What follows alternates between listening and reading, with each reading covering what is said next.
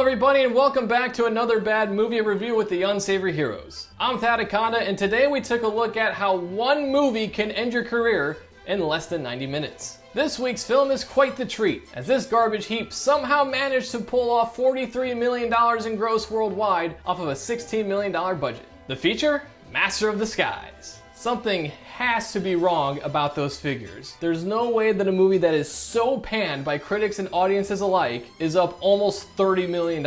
My guess is people just saw Dana Carvey's name on the poster and said, oh, he's funny, so this should be good. Now keep in mind, this movie was released when the internet was still fairly young, and I'm pretty sure that IMDb and Rotten Tomatoes were not around at this time. God, do you remember when IMDb had message boards? Pepperidge Farm remembers. Not only is this movie horrible in just about every way you can think, but it's also riddled with racist, sexist, and culturally insensitive remarks. There's no way this movie gets made this day and age. You may be saying, but Thadaconda, how is it that a movie that made almost $30 million ends someone's career? Well, there's only one way to find out, so strap up and get ready because we're about to dive head first in this pile of pain.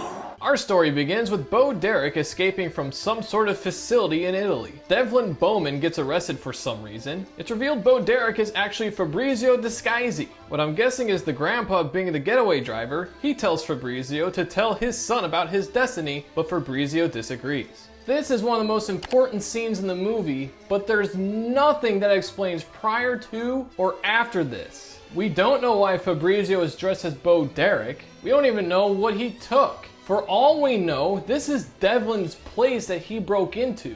We also don't know why Devlin got arrested. This is something worth complaining about because this entire movie is linked to Devlin wanting to get revenge against Fabrizio. In modern day America, we meet Pistachio, which is followed by a series of clips of our main character growing up being awkward. Unless, of course, I had a shaving cream beard to go along with it. This right here, this is the exact moment Dana Carvey's career died.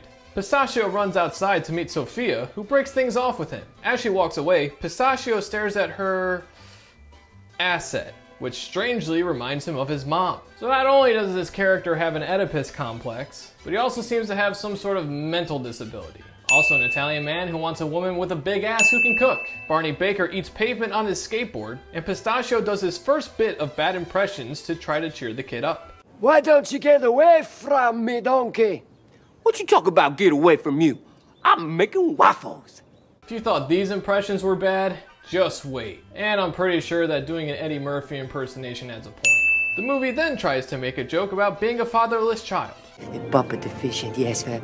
Pistachio gets tricked by his douchebag coworker Rex. He then gets triggered by this Texas oil man. We're just a couple old men in from Dallas, and well, we're itching like a hound to give you something you want. When he says he wants some man-sized meatballs. Why this triggers Pistachio, we don't know. This man has not insulted Pistachio in any way, nor has he degraded him. My only theory is that he's an Italian sleeper agent, and his activation word is meatball. Blueberry pie. By the way, let's add a point for an Italian man being triggered by the word meatball. Pistachio starts mocking everyone. Sometimes there's so many voices in my head I don't know who I am. Add schizophrenia to our main characters list. Pistachio runs across Rex and Sophia making out in the alley. This doesn't trigger him, but someone saying meatball does. Fabrizio and the mom get kidnapped by Devlin. For some reason, Pistachio is on the roof while this occurs.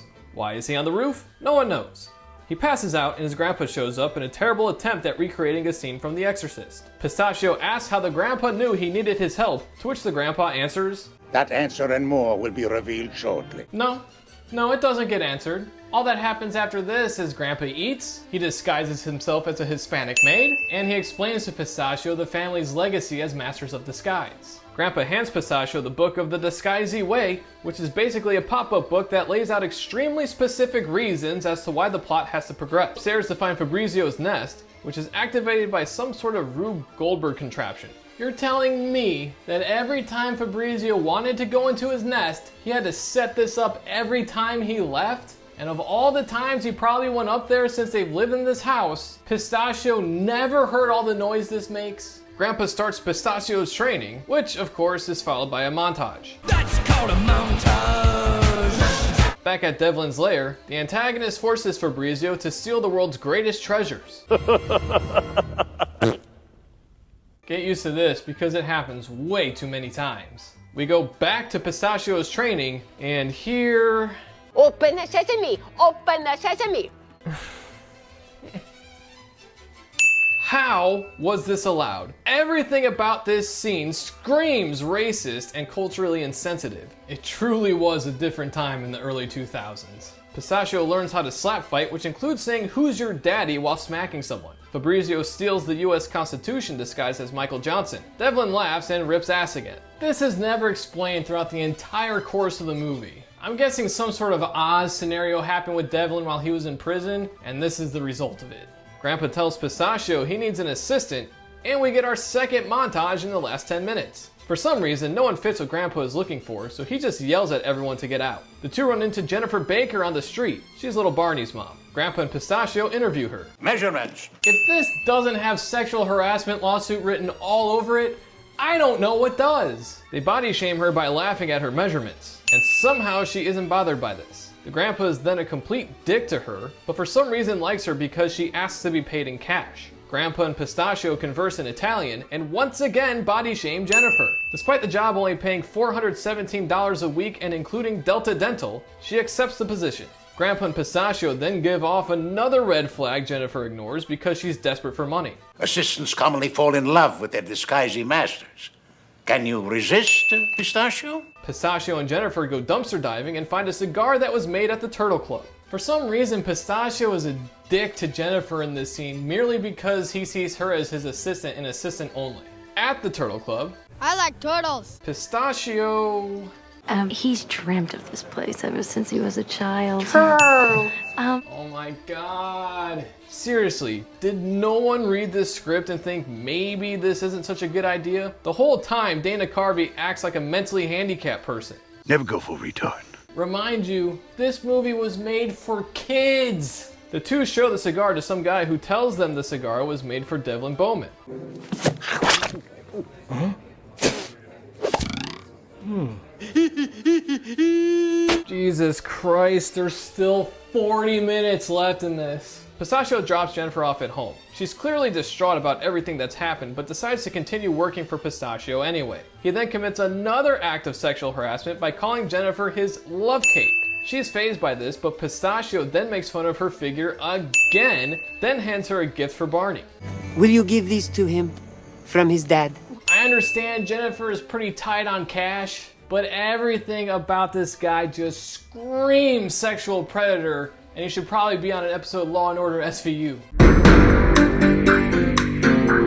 Fabrizio steals the Liberty Bell as Jesse Ventura. Devlin again laughs and again releases his bowels. I'm starting to think that these awkward silences after the farts weren't scripted. It's just the actors wondering how their careers got to this point. Jennifer introduces her boyfriend Trent to Pistachio, and it turns out he's an asshole who hates Barney. Pistachio gets triggered by Trent asking if he's his dad. He once again starts mocking someone, and this time it leads to a fight. Doesn't go so well for Pistachio as Trent blocks his attack. At the nest, Jennifer finds Devlin through classmates.com on this aged out Mac. The profile lays out Devlin's character to a T. The two go to a memorabilia fair and come across Devlin. Pistachio makes an innuendo. And I just love moisture. Devlin makes a sexual advancement on Jennifer. No need to bring anything, except that beautiful smile. At the park, Jennifer doesn't want to go to Devlin's party because she doesn't feel comfortable having to be the one to interact with him. And yet, she's totally fine for working with someone who constantly ridicules her, makes fun of her for not being curvy enough, and makes unwanted sexual advancements towards her. I swear there's an underlying message to this movie telling kids, don't deal with your problems, just push right through them. Pistachio goes to the book and it once again tells the characters what they have to do. At the party, Pistachio does a terrible impression of Al Pacino's Tony Montana. Say hello to my little friend. Jennifer goes inside the mansion to find some clues about Pistachio's parents. Have you got a little wiener and some tiny nuts?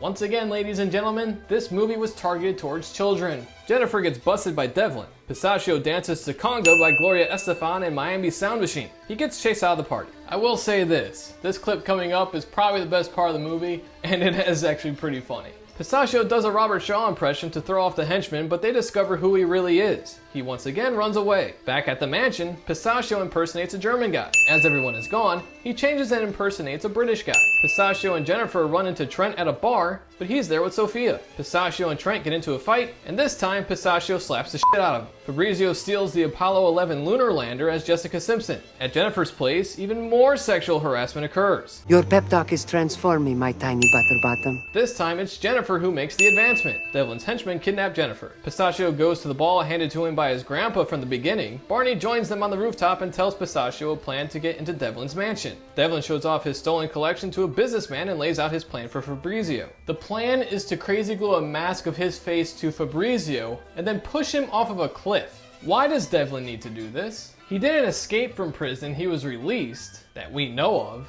He's not a wanted man, and everything he's doing in this lair is on the black market. The only way this makes sense is if he wanted to get caught in some sort of way, but he doesn't. Why go through the extra steps of gluing a mask of your face to this guy's head and then pushing him off of a cliff? I have a gun in my room. You give me 5 seconds, I'll get it. I'll come back down here. Boom! I'll blow their brains out. Pistachio sneaks into the mansion as a cherry pie. Don't worry, there's only 7 more minutes left of this. Hey look, there's Kenan Thompson. Fabrizio gets outed at the underground lair because he forgot to change his shoes. However, it doesn't really have much consequence because he's able to fight off Devlin's henchmen and his army of ninjas. Oh yeah, a gong summons the ninjas. Fabrizio wakes up as Devlin, and after climbing the lunar lander, Pistachio is able to snap his papa out of his evil form. He does this by putting his underwear on his head to remind his father of who he really is. Grandpa then gives a voiceover about how the day was saved, and even mentions Jennifer and Pistachio getting married. You would hope and pray the movie ended right here. No! It keeps going. The guys find Devlin at some resort in Costa Rica with Pistachio impersonating President George W. Bush. They get the Constitution back and kill Devlin in the process. Is he dead?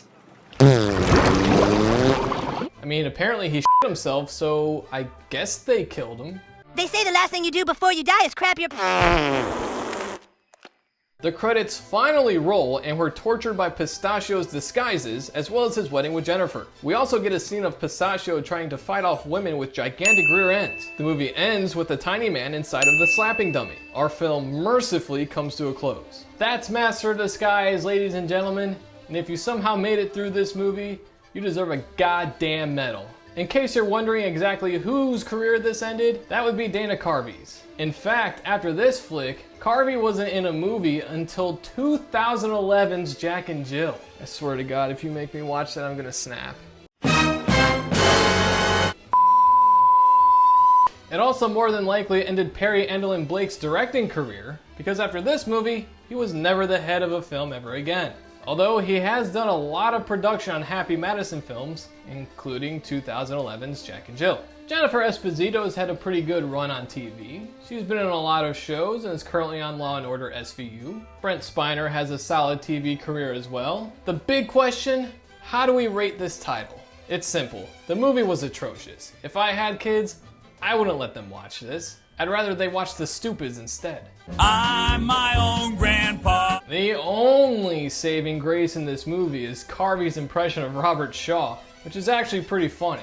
Because of how truly awful this movie is, we give it just 1 out of 6 beers. I don't even think that deserves a cheers. That'll wrap things up for this edition of Another Bad Movie Review with the Unsavory Heroes. If you haven't already, make sure you hit those like and subscribe buttons below. And if there's a movie you'd like for us to review, or if you think there's anything we miss in this, make sure to leave a comment below, because you know what'll happen if you don't. I'm your daddy. I'm your daddy. I'm your daddy. I'm Thadakonda saying thanks for joining us, and we'll see you next time here on Another Bad Movie Review with the Unsavory Heroes.